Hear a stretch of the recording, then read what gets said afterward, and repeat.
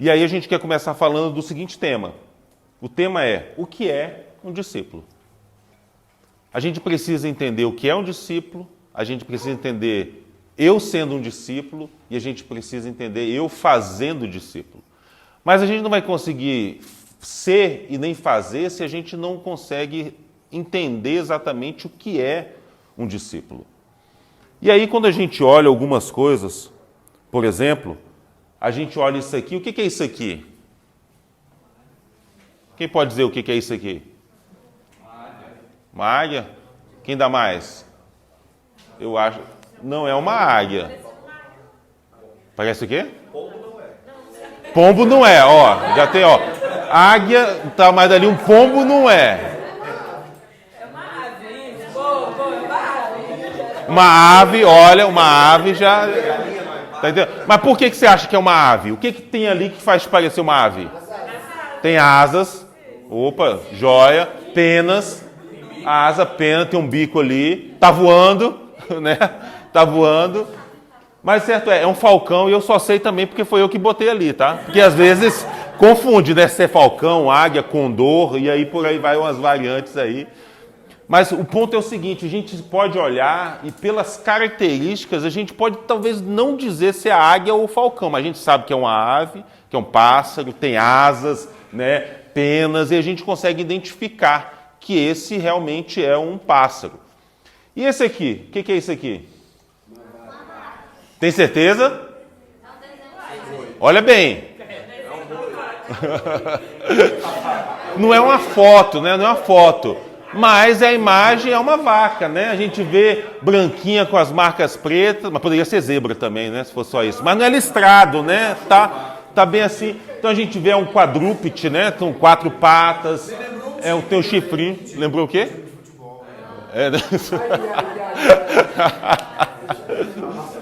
Então a gente olha para essa vaquinha desenhada e a gente vê que é uma vaquinha, né? Sabe que dela sai o quê? Leite. E ela bebe o quê? Água, né? Ela não bebe leite, ela bebe água, ela produz leite, né? Então a gente consegue identificar pelas características dessa vaquinha que é um animal, que é quadrúpede, que é uma vaca, né? Isso aqui, o que é isso aqui? Tem certeza? E não tem bicho ali. A gente consegue identificar que é uma fruta ou é um vegetal? Fruta ou vegetal? Tem certeza? E o tomate?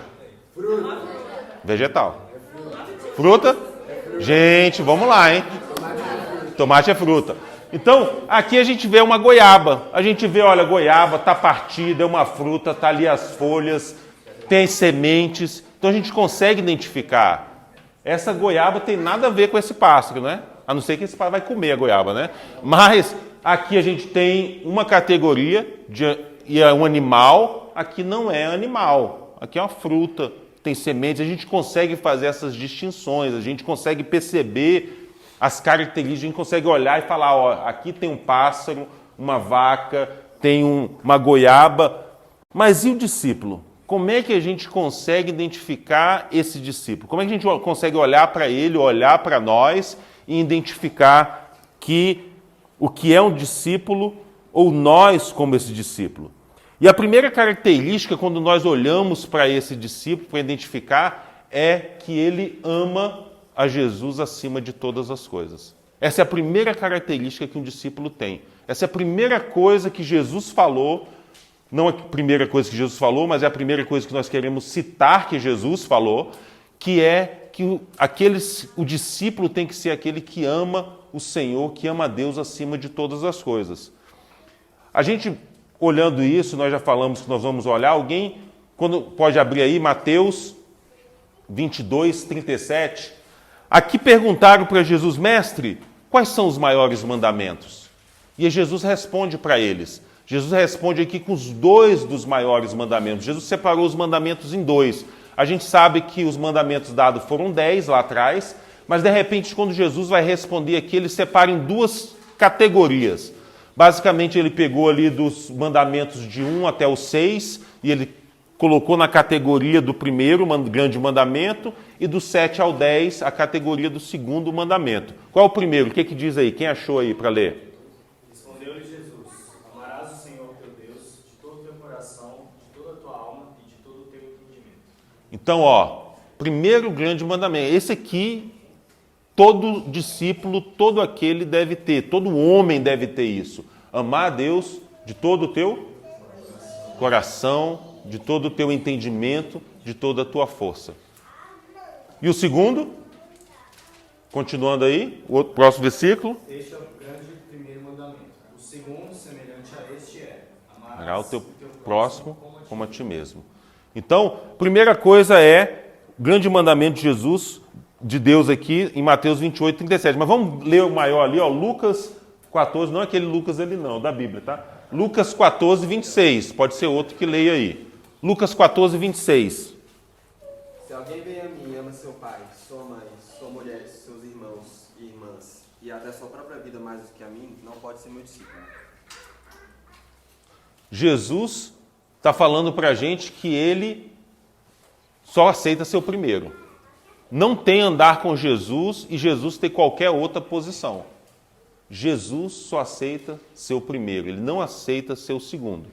Com ele, então, para que isso aconteça, nós temos que amar menos a pai, mãe, irmão, filho, filha e até a nossa própria vida. E aí eu digo que isso é amar menos para amar mais.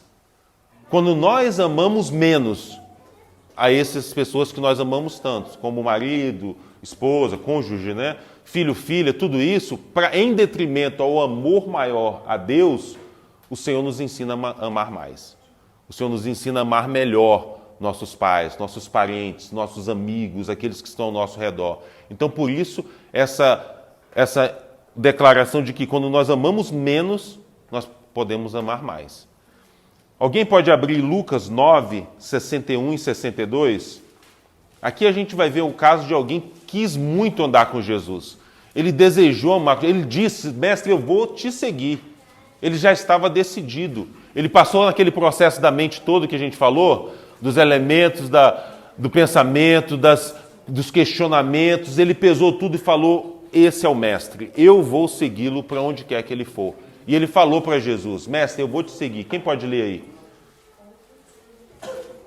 Ainda outro disse: vou seguir-te, Senhor, mas deixe-me primeiro voltar e despedir-me da minha família.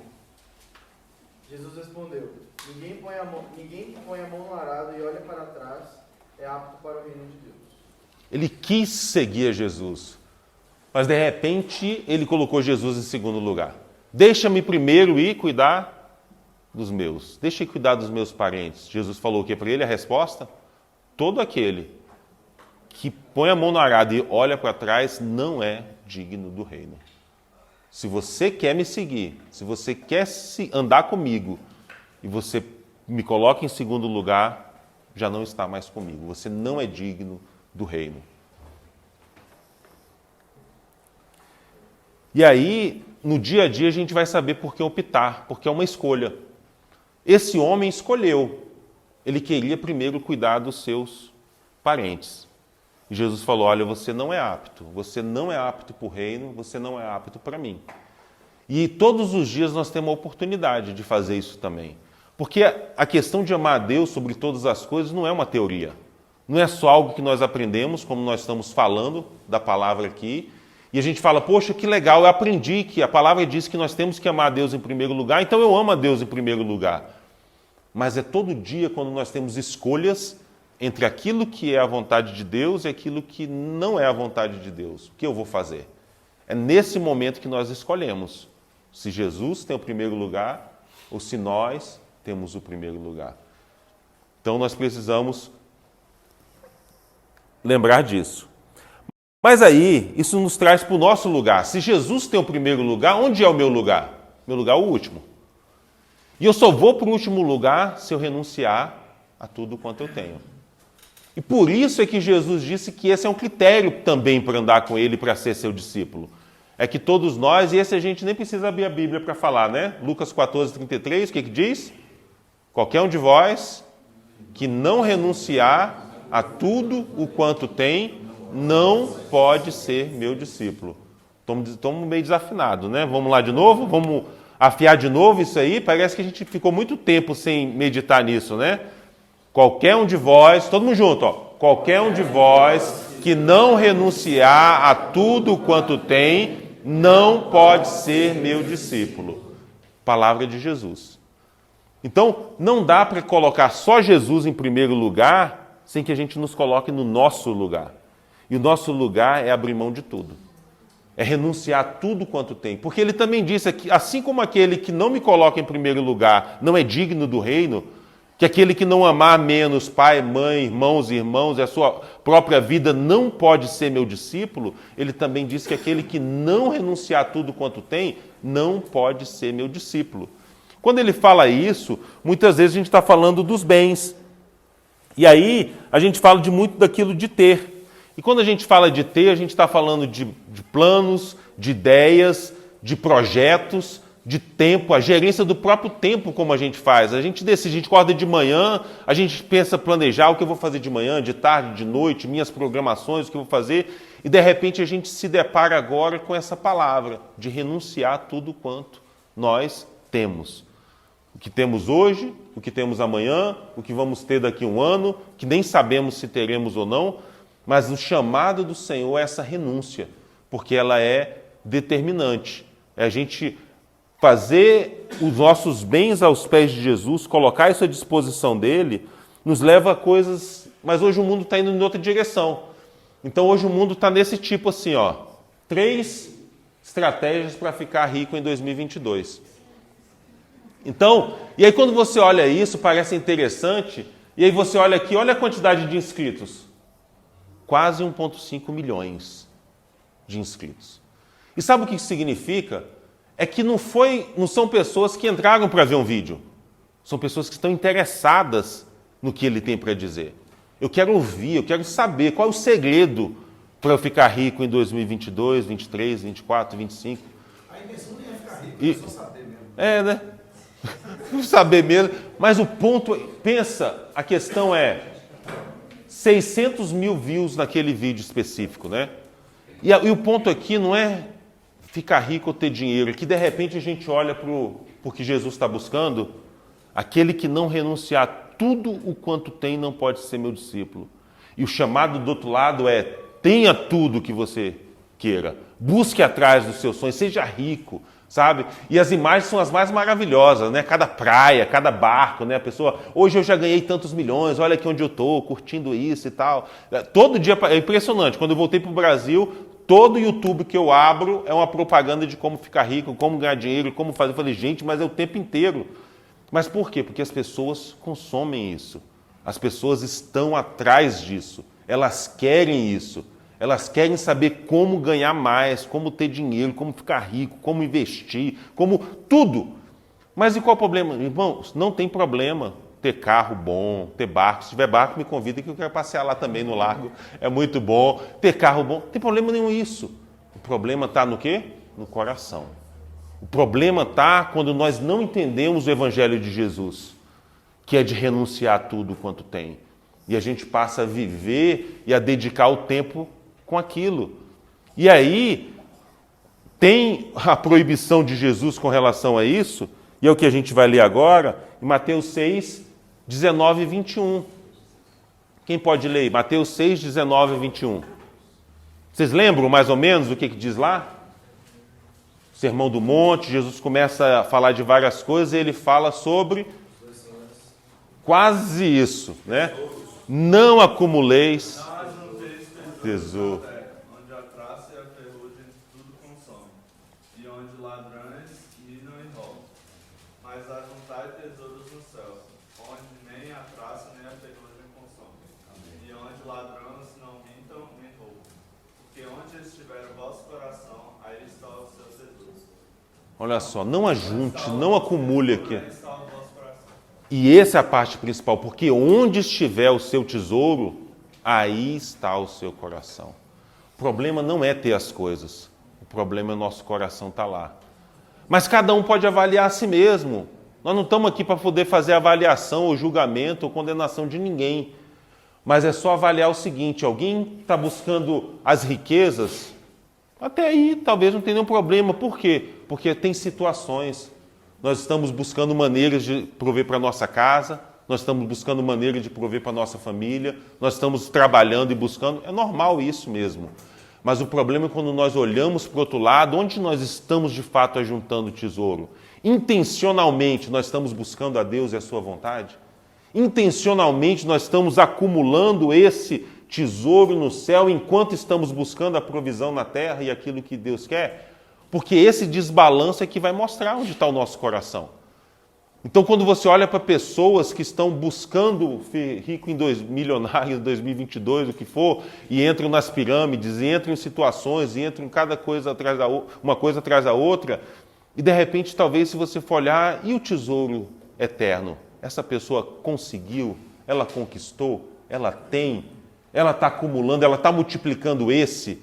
É visível isso, a gente olha para essa pessoa e vê, nossa, como essa pessoa tem Deus. Olha como essa pessoa reflete Deus, olha como essa pessoa tem o caráter de Cristo, olha quanto essa pessoa está sendo testemunho na casa dela, para o cônjuge, para os filhos, para a sociedade, olha o quanto ela está buscando, olha o quanto ela se compadece, o quanto ela é quebrantada, porque esses são os tesouros eternos.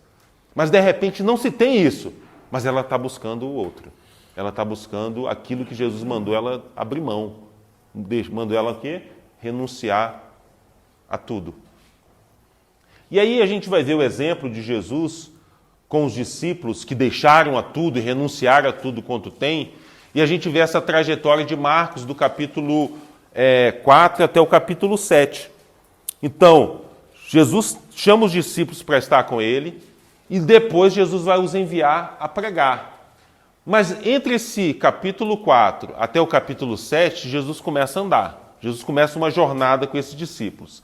Aí Jesus vai e acalma o mar. Jesus depois expulsa demônio, lá estão os discípulos junto com ele, vendo, observando, orando junto, aprendendo, e aí ele vai... Ops, não vai mais, né?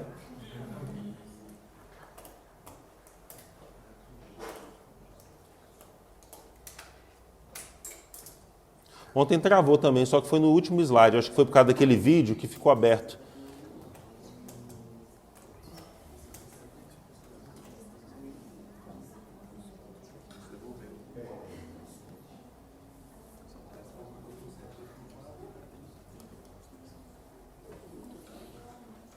Só um instantinho.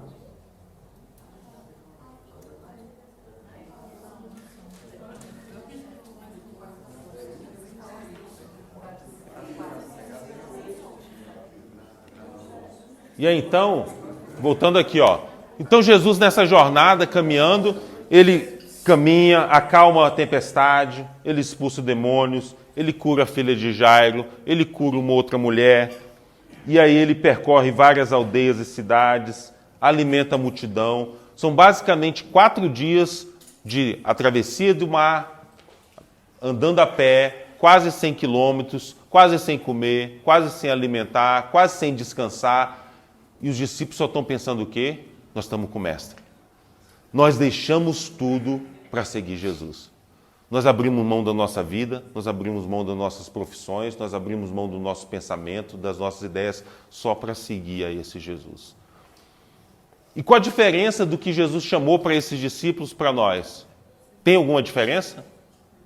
Eu não estou falando de obras. Obras têm diferença, porque esses foram os primeiros discípulos que Jesus chamou. Esses foram testemunhas oculares daquilo que Jesus fez e falou. Esses foram os discípulos que Jesus escolheu para que registrassem também muito dos seus ensinamentos e pudessem depois propagar a sua doutrina. E por isso que o que nós seguimos é a doutrina de Jesus e dos apóstolos. Tem diferença de obra, mas o de chamamento, na questão de renunciar a tudo quanto tem, não tem diferença. Então, mas a gente vê uma resposta aqui desses. Uma resposta que deixaram o que tinha, que viviam e respiravam Jesus 24 horas por dia. E por que para a gente deveria ser diferente? Por que para a gente talvez tenta achar uma alternativa a essa renúncia? Será que, não, eu renuncio, mas qual é o limite, né? Qual é o ponto? E muitas vezes a gente não quer entender a profundidade dessa palavra. mas é uma caminhada com Jesus de renúncia, mas também de obediência. E aí a gente vai para a terceira característica do discípulo. A primeira, qual que é? Amar a Deus acima de todas as coisas. A segunda? E a terceira, a gente entra então a obediência à palavra. Eu já sei o lugar de Jesus, agora eu me coloquei no meu. Mas isso só vai acontecer e só vai ser mantido enquanto eu obedecer a sua palavra. Enquanto eu der ouvidos à sua palavra. Enquanto eu guardar as suas palavras. E obedecer não é só saber, não é só ouvir, né? A gente pode muitas vezes só ler ou talvez ouvir. Hoje a Bíblia é eletrônica, né? A gente põe no celular, a gente ouve a palavra, né? Não o que alguém está dizendo, mas a gente põe um aplicativo para tocar. Mas a gente precisa ouvir e praticar. O que diz em João 8,31? Hoje o mais conhecido está o João 8,32, né? Se permanecerdes na minha palavra, sabereis que sois meus discípulos, né? Verdadeiramente sois meus discípulos. Ele disse isso para aqueles que haviam crido nele, né? Isso que diz o versículo. Jesus estava falando e aí creram no que ele estava falando, na sua doutrina, nos seus ensinamentos. Então, para aqueles que creram, ele diz, olha, se vocês permanecerem nas minhas palavras, crer e permanecer. Ouvir, crer, obedecer e permanecer. Porque a promessa não é só se a gente cumprir a palavra de Deus hoje. A promessa é se perseverarmos até o fim. Né? Aquela frase que o pessoal fala, né? Morrer na praia, ela existe, né? Nadou, quando chegou, já estava avistando assim a praia, não conseguiu mais, morreu bem perto de chegar. Então, a prática do Evangelho, a prática dos mandamentos, a obediência aos mandamentos do Senhor, só vale até o final. O que eu obedeci ontem foi bom para ontem. É como o maná no deserto, aquilo só valia para o dia. No dia seguinte ele já não valia mais.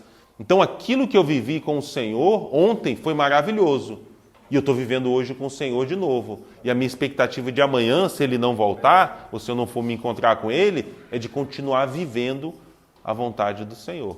Né? Então nós precisamos ouvir, praticar e manter, perseverar na vontade do Senhor. Guardar, alguns textos falam sobre guardar, né?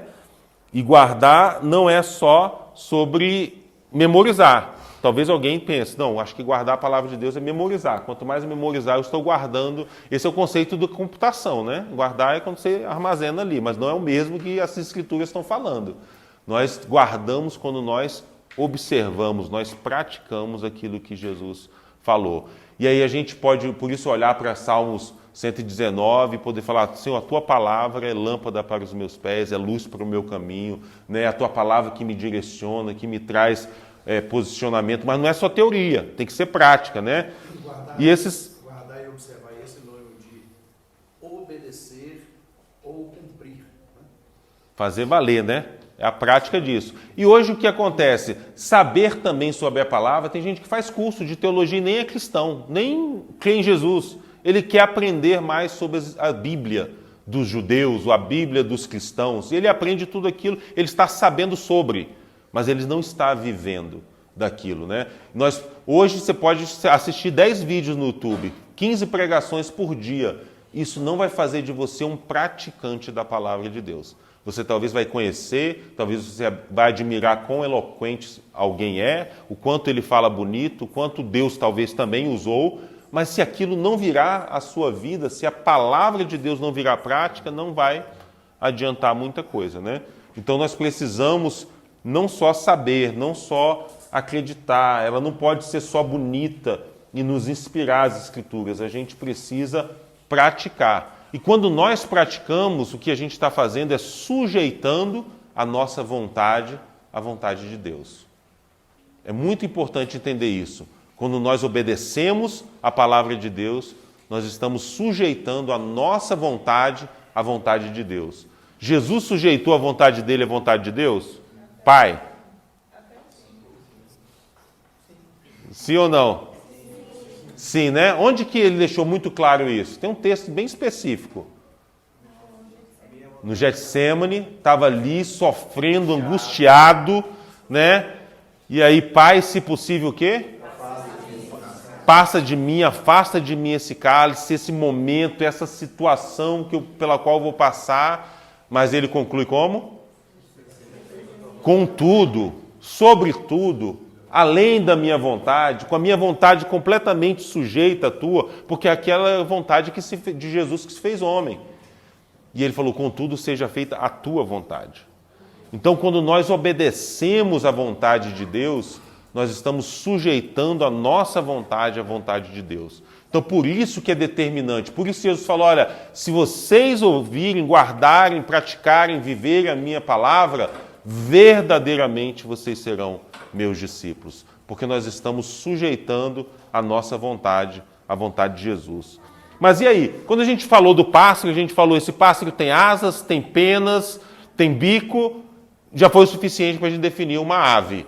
E o discípulo? Será que com essas 3 características a gente tá bom? Já definimos. Então o quê? Se alguém ama a Deus acima de todas as coisas, se alguém, qual é o segundo? Renuncia a tudo quanto tem. E se alguém obedece às palavras de Jesus, então pronto, já identificamos aí, achamos um discípulo. Melhor ainda se for olhando para o espelho, né?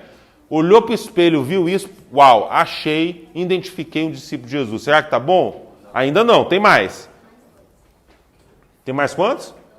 Mais 2, né? Então, Lucas 6,46 ainda, para terminar isso aqui. Quem pode ler? Lucas 6,46. Porque não adianta só chamar ele de Senhor. A gente precisa fazer o quê? Fazer o que ele mandou. E o que ele mandou?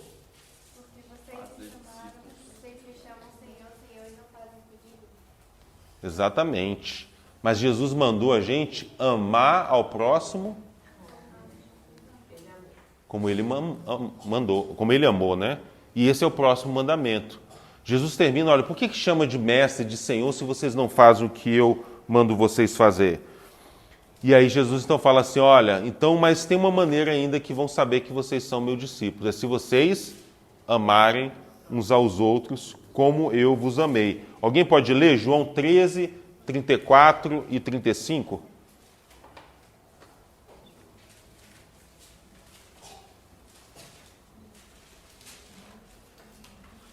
Novo mandamento vos dou, que vos ameis uns aos outros, assim como eu vos amei, que também vos ameis uns aos outros. 35, né? Isso. Nisto conhecerão todos que sois meus discípulos, se tiverdes amor uns pelos outros. Novamente, ó, nisto conhecerão que vós sois meus discípulos. Se o quê? Se amarem uns aos outros. Então Jesus, primeiro nos manda aqui, ele fala que é para amar com o amor dele. E como é que é o amor dele? Amor incondicional, amor que não espera troca, amor... Como é que foi que Jesus amou? Quem pode lembrar aqui? Como é que Jesus amou a nós? Deu a vida dele. O que mais? Serviu. Serviu só quem? Só os discípulos? Serviu a todos, né? Como mais Jesus amou? Só que de repente a gente começa a lembrar um pouco das Escrituras, mas a gente não precisa só lembrar como Jesus nos amou lá atrás. Como Jesus nos ama hoje. Como ele tem te amado hoje. Como ele tem me amado hoje. Mais exemplos agora. Paciente. Sendo muito paciente conosco. Perseverante do seu propósito. Porque ele não desiste do seu propósito, né? Mas talvez se fosse nós olhando para nós mesmos e para o propósito, eu tenho esse propósito, ele é muito forte, mas quando eu olho para mim, acho que não vai dar não, acho que, né, de repente será que, né, o Espírito Santo não olharia e falaria assim, pai, ó, dá não, viu? A gente tenta, olha, é impossível, pai, isso, olha só, né? Olha o Marcelo, olha o Joaquim, olha o José, olha, difícil, pai, ontem ele estava bem, olha hoje, como é que está a situação, né? E aí esse Jesus nos ama, esse Jesus nos anima, esse Jesus nos perdoa. esse Jesus nos inspira. Esse Jesus continua insistindo quando a gente mesmo olha para nós e fala assim, ó, não dá, sabe? Não dá, eu mesmo não me aguento.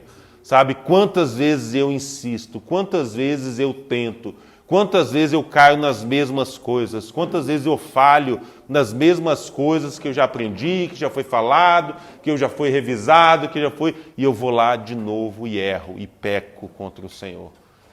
E o Senhor fala assim, olha, você se arrepende? Se se arrepender, tem perdão. Né? Então lembra, não é se confessar, é se arrepender. Tem gente aí, tem vídeo no YouTube que eu vi um dia desse, fala assim, ó, só se perdoa se pedir perdão, né? Se não pedir perdão, não perdoa. Né? Isso não é bíblico não, irmãos. Né? Nós precisamos arrepender. E o nosso papel é perdoar como Jesus. Porque se nós não perdoarmos como nós somos perdoados, se nós não perdoarmos outros, é a mesma medida que nós seremos julgados. Né? Não tem. Só tem perdoar. Não tem. Então, obedecendo às palavras de Jesus, não é isso? O item anterior, não temos que obedecer os mandamentos de Jesus, ele fala que nós temos que perdoar. E aqui amar o próximo exige muito perdão. Porque muitas vezes nas nossas relações vai haver falhas de um lado e do outro.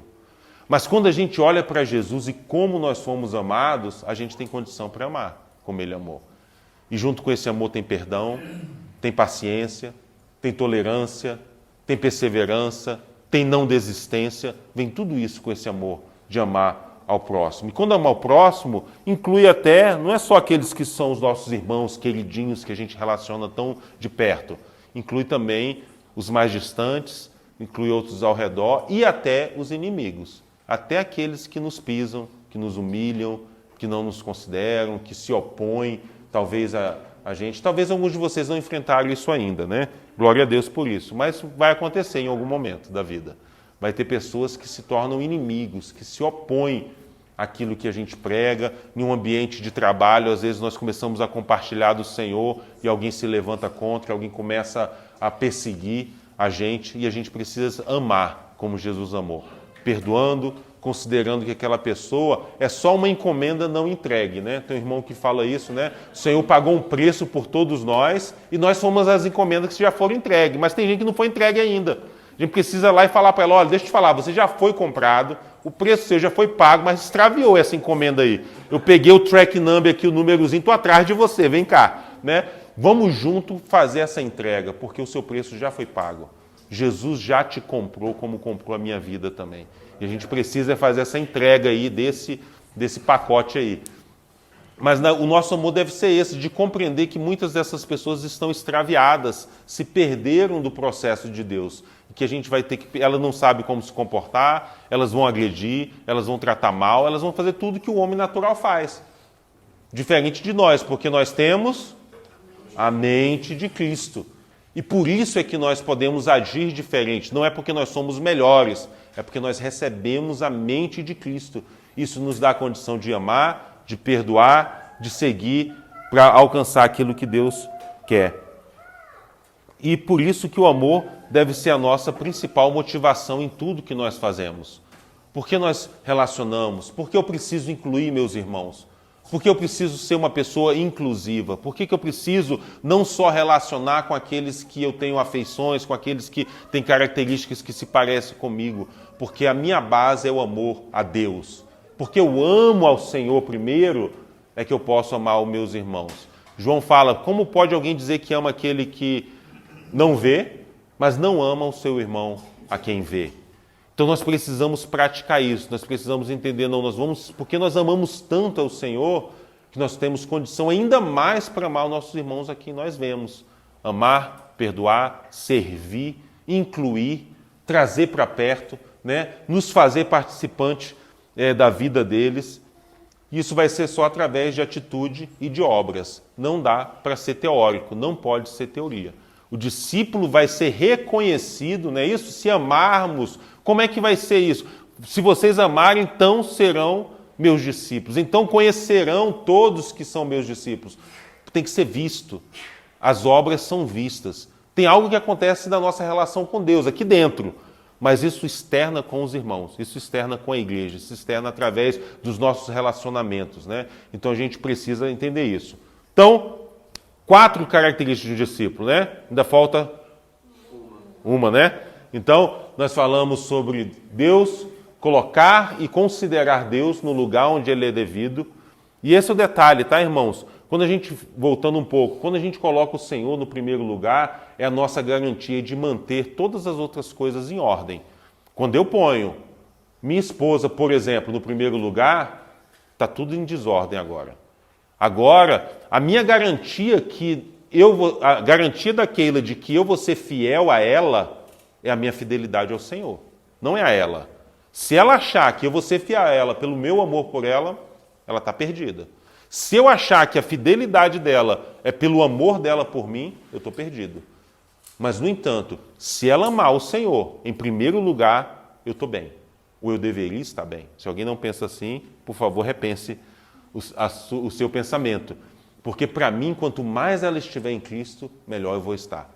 Quanto mais ela estiver no Senhor e buscando o Senhor e dedicando o seu coração ao Senhor, melhor vai ser para o nosso lar, para as nossas filhas, para tudo o que nós fazemos. E assim também a mim. Se ela ganhar o primeiro lugar, está tudo perdido. Então, quanto mais eu estiver no Senhor, mais ela vai se alegrar. Quanto mais eu estiver buscando o Senhor, quanto mais quebrantado, quanto mais arrependido, quanto mais buscando o Senhor, quanto mais obedecendo às Escrituras, quanto mais devotando a minha vida ao Senhor, mais ela vai estar estável, ela vai ter confiança de que nós estamos no caminho bem, no caminho certo, que estamos bem com o Senhor, que a nossa casa vai andar segundo a vontade do Senhor, né? E a gente sabe o quê? Que a boca fala do quê? O coração está cheio. O que de repente, para um pouquinho para pensar, do que sua boca tem falado, sabe? Porque é do que o seu coração está cheio. Daquilo que está cheio dentro de você, é aquilo que você vai falar. Eu trabalho, às vezes, 9, 10 horas por dia em computação, em segurança da informação. E eu gosto muito, é muito legal. Mas se vocês for parar para conversar comigo, não é o assunto predominante da minha conversa. A minha conversa é do que está cheio o meu coração. É esse Jesus, é esse reino, é essa vida, é essa vontade que é maravilhosa. Nem se compare com as outras coisas. Eu me divirto muito com o meu trabalho. Louvo a Deus por isso, pelos últimos 26 anos que tenho de profissão. Mas falar do Senhor, viver do Senhor, repartir com a minha família do Senhor, repartir com vocês, isso não tem preço. A gente não ganha salário para estar aqui. Eu e o Wagner não ganhamos nada de homens para estar aqui, para gastar tempo com vocês, para meditar na palavra, para entender, para orar por vocês, orar pelas nossas vidas. Não tem salário de homem nenhum, não tem pagamento de homem nenhum. Mas isso é tão gostoso, isso é maravilhoso para nós. Relacionar com o Senhor, desfrutar do Senhor, ouvir do Senhor, receber, não tem nada que pague nesse mundo. Então, pode ter outras coisas de interesse, pode ter coisas legais para falar, mas a gente vai falar do que está cheio no nosso coração. Então, quando esse Jesus está em primeiro lugar, isso é maravilhoso, as outras coisas vão seguir. Aí é fácil renunciar, eu não tenho que fazer tanto esforço. Como é difícil renunciar. Não tem, porque os caminhos do Senhor, os seus mandamentos não são penosos. O problema é quando a gente tenta brigar com o Senhor, a gente tenta manter aquilo que é nosso, a gente fala assim, eu quero abrir mão, mas não é tudo, Senhor. Sabe, tem umas coisinhas aqui, Senhor, que eu queria segurar. Não vale a pena, irmãos. Não vale a pena reter nada. O Senhor vale tudo. Mas é nessa prática que a gente vai dizer, no segundo item que a gente vai renunciar, que a gente vai praticar o que é ter Jesus em primeiro lugar. E aí vem o terceiro, que é o quê? Que é a obediência da palavra. É quando eu vou lá e eu demonstro, Senhor, você vale a pena, Jesus. Te obedecer vale a pena. Guardar a sua palavra vale a pena. Dizer sim para você vale a pena. Eu não tenho dúvida, Senhor. Eu vou continuar respondendo e obedecendo os seus mandamentos. E aí sim, Senhor, eu vou amar o próximo. Às vezes é difícil, às vezes dói, porque aí é quando é o meu incontrolável. É aquilo que eu sou, é aquilo que eu penso, é aquilo que eu fui formado, é o histórico da minha família, dos meus relacionamentos, daquilo que eu vivi, e de repente eu me vejo hoje numa luta para sair dessa estrutura que eu vinha há tantos anos e vivendo aquilo para experimentar o novo de Deus. Para estar em águas, não nas canelas ali, mas águas profundas. Para mergulhar nesse oceano do Senhor e viver plenamente com Ele. Me ajuda, Senhor. Me ajuda a perdoar, me ajuda a entender, me ajuda a não suspeitar mal. Eu estava conversando lá em casa com alguns irmãos esse dia, voltando no primeiro slide, a nossa mente é a responsável por muita coisa. A gente começa assim, ó, você viu como é que fulano me olhou? Não, como é que olhou? Não, quando ele olhou, você viu que ele estava falando isso. Você fala assim, eu fico assustado, né? Porque no olhar a pessoa consegue entender como o outro olhou, o que ela pensou. Ela me olhou de baixo a cima, ela me fez assim. Você fala assim, gente, como é que é possível alguém numa expressão falar e dizer tantas coisas? Mas tem muita gente que se move por isso. E aí ele, por conta disso, ele toma atitudes. Ah, eu nem falo mais com essa pessoa. Por quê? Não, porque um dia eu estava passando, ela nem falou comigo. Eu vi, falou com todo mundo. Na hora de falar comigo, virou as costas e foi para o outro lado. E vai se ver, pode até ser que muitas coisas sejam reais, e não é isso que eu estou dizendo. Mas é só que a gente começa a viver por impressões.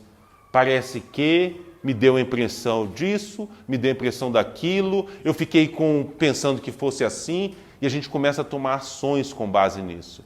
E muitas vezes a chance de nós tomarmos as ações erradas são muito grandes. Então o que a gente precisa ter? Andar na luz, viver na luz, falar o que a gente percebeu. Se você percebeu que o teu irmão, de repente, teve algo que você não, parece que não foi legal, fala.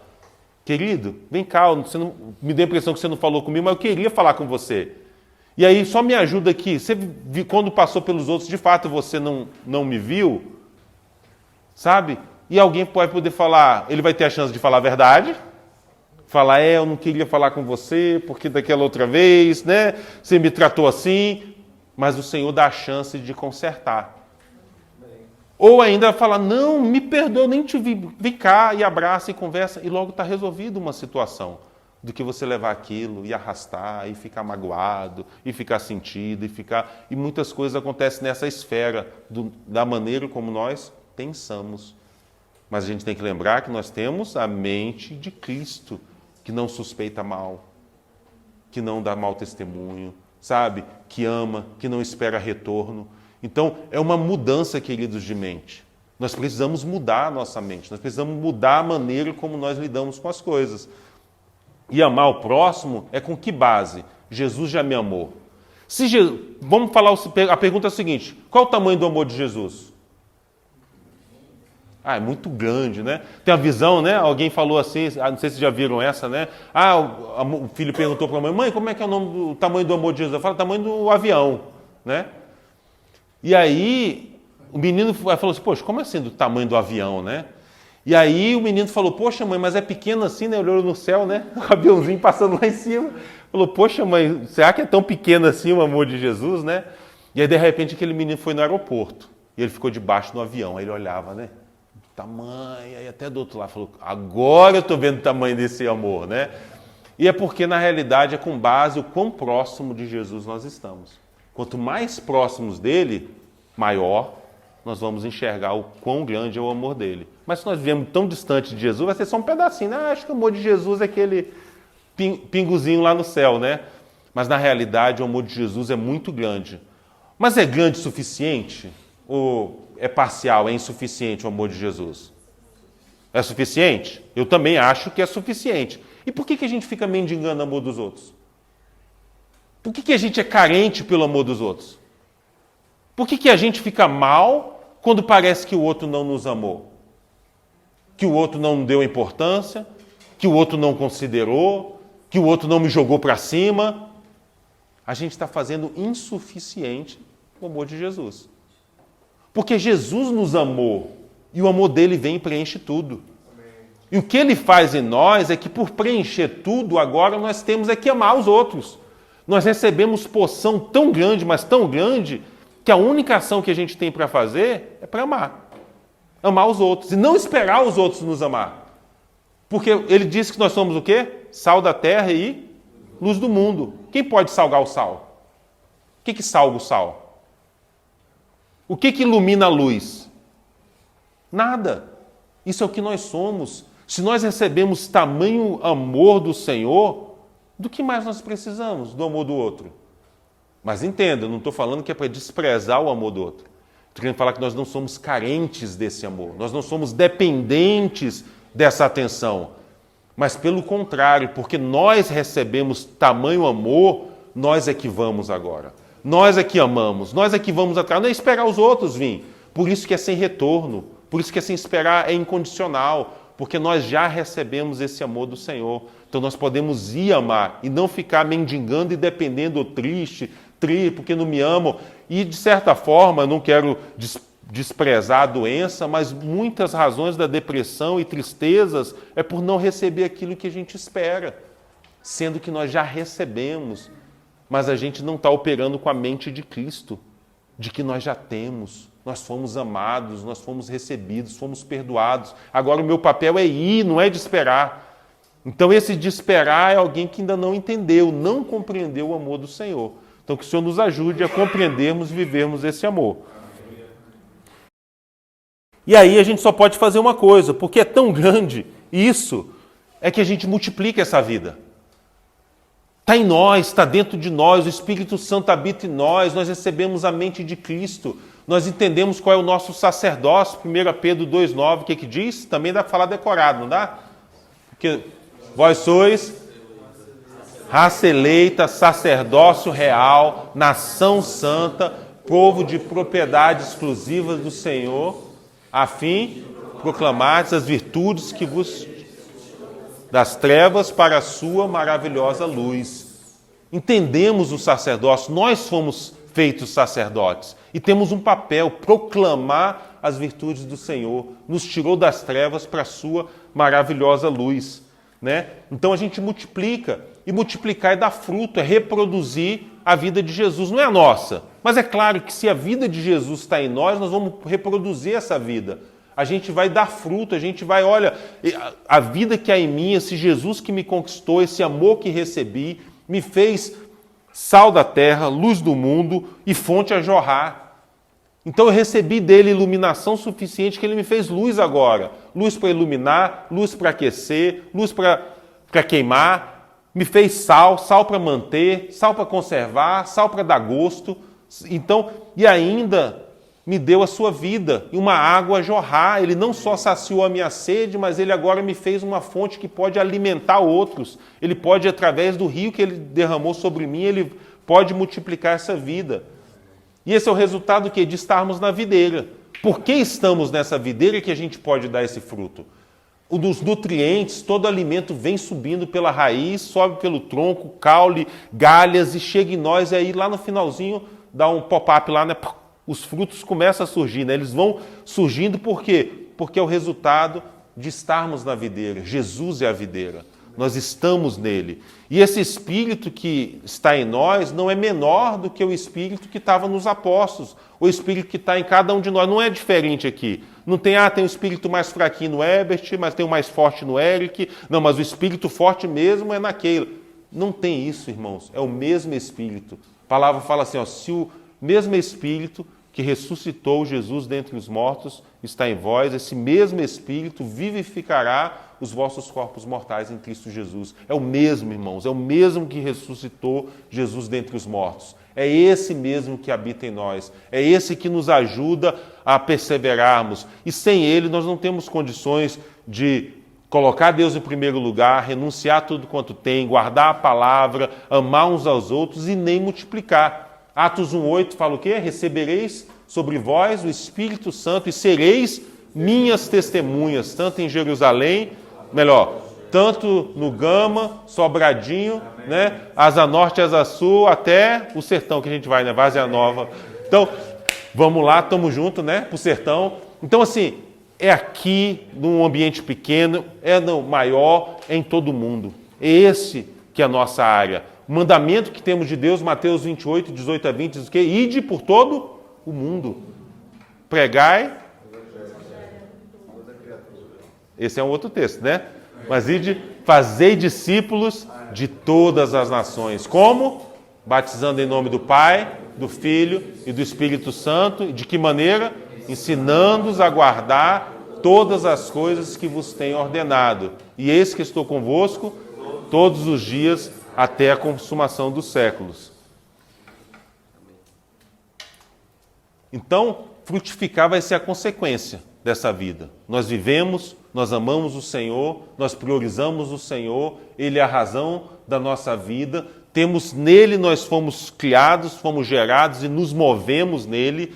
Ele é o nosso manhã, tarde e noite. Nós não nos assentamos na roda dos escarnecedores, mas antes temos o quê? A sua lei, nela nós meditamos dia e noite. Essa palavra que nós meditamos, é nisso que nós guardamos, é nisso que nós perseveramos. E a gente ora, e a gente jejua, e a gente busca, a gente conversa, a gente compartilha, a gente recebe, a gente é instruído nessa palavra, a gente dá fruto nessa palavra, e aí a gente dá fruto através de outras vidas também. E além de tudo, como eu mencionei, é um mandamento. Então, não só é um fruto natural, não só é fruto do sacerdócio, mas é uma ordem. O que a gente faz com uma ordem? A gente obedece, a gente cumpre. Não é isso?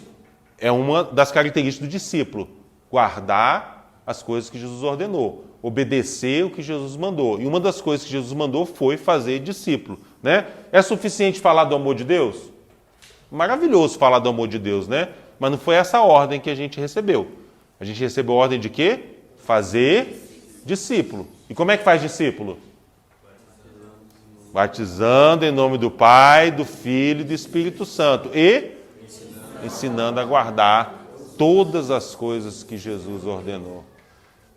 E vem de quem as coisas que Jesus ordenou? João 14, 26.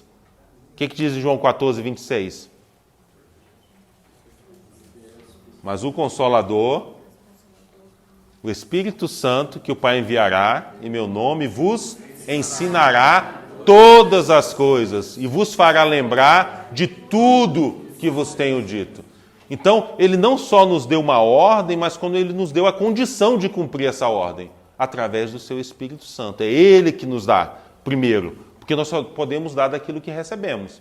Então, esse Espírito Santo, esse Consolador, enviado do Pai, em nome de Jesus, nos ensina todas as coisas e nos faz lembrar de tudo que Jesus disse. Então, quando a gente vai fazer discípulo, é nesse poder do Senhor, é nessa unção do Espírito Santo que é de fazer isso, né? E então, irmãos, a gente fala de Deus, de pessoas e das coisas. A Deus, a gente aprendeu o quê?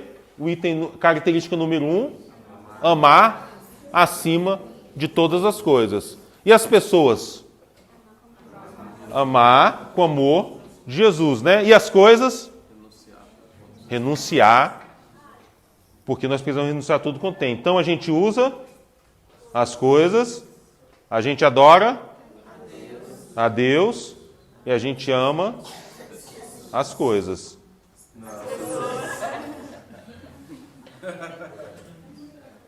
Estão espertos, né? A gente precisa, então, como eu falei no início, a gente precisa, primeiro, entender o que é um discípulo. Então, a gente está entendendo pelas suas características desse discípulo. E aí a gente precisa ser um discípulo de Jesus. E a gente precisa fazer discípulo de Jesus. Então, a intenção da gente olhar para essas características não é para a gente olhar e talvez achar a nossa falta e nos condenarmos. É para a gente olhar e falar, Jesus, eu quero esse lugar. Jesus, eu quero andar essa verdade. Porque foi para isso que você me chamou. Foi para isso que eu me candidatei. Foi para isso que eu fui lá e fiz minha inscrição e falei, olha, essa é a razão. Pelo menos foi a minha. Eu creio que de vocês também. Quando nós falamos assim, Jesus, eu quero te seguir para onde quer que você for. Senhor, eu já olhei para a minha vida, eu olhei para aquilo que eu vivo, eu olhei para o que tem para trás e eu cheguei à conclusão que não dá mais. Isso para mim foi em 1995. Falei, Senhor, eu não me aguento mais. Não dá para viver sem você, Senhor. Não dá para viver sem esse Jesus que nos transforma. Sem a gente olhar e falar assim, Senhor, esse aqui é o rumo que a minha vida vai. Mas eu estou entendendo que o Senhor quer isso aqui. Mas não é de qualquer jeito, não é do meu jeito, não é da minha maneira como eu sempre fiz, mas é da sua. Porque o Senhor sabe todas as coisas. Porque é o Senhor quem move o nosso coração, são as suas palavras que é espírito e vida. É a sua vontade que é perfeita e agradável. É isso que é o melhor para mim, eu quero viver isso, eu preciso viver isso, eu não tenho outra maneira para viver diferente disso. E aí o Senhor vem e nos renova o entendimento, nos renova a mente e fala assim, filho, é isso mesmo, mas tem a minha maneira, não dá para ser de outra maneira. Então a gente precisa ouvir essas palavras e falar assim, Senhor, me ajuda, Senhor, me leva a ser esse discípulo, me leva a ser esse discípulo que está aprendendo a ser discípulo, que está buscando ser discípulo, porque eu tenho o seu Espírito, eu tenho a sua mente, eu tenho a igreja, eu tenho a liderança, eu tenho os pastores, eu tenho meus irmãos que me inspiram. Me ajuda a viver essa verdade. Me ajuda sempre a te amar em primeiro lugar. Me ajuda no dia a dia a escolher entre a sua vontade e não a minha. Me ajuda a seguir renunciando, Senhor. Parece que às vezes eu volto um pouquinho atrás, vou pegando de volta essas coisas, mas é tudo lixo, Senhor, comparado à sua glória. Me ajuda a perceber que essas... Me dá choque na minha mão, Senhor. Quando eu botar a mão nessas coisas de novo, deixa eu sentir um choque. Sabe, me mostra, me dá aflição, me dá angústia no coração se eu estiver indo no caminho que não é o seu, Senhor. E me ajuda a amar meus irmãos. Sabe, me ajuda a perdoar, me ajuda a entender que quando alguma coisa acontece, tem uma razão, tem uma causa, tem um porquê, e que muitas vezes eu não sei, e eu não tenho que saber, mas o Senhor sabe, mas que o meu perdão esteja em primeira mão, que eu seja aquele que está sempre as portas abertas, o ombro aberto, o colo aberto, para receber meus irmãos e irmãs, e que não seja fechado, e que eu guarde a sua palavra, e que eu multiplique a sua vida, que eu não fique infrutífero, que eu não fique dando outros frutos, fruto de trabalho, discussão, preocupação, confusão, mas que eu dê fruto, que eu seja leve para as pessoas, que eu seja leve nos relacionamentos e que eu possa dar fruto da sua vida. Amém?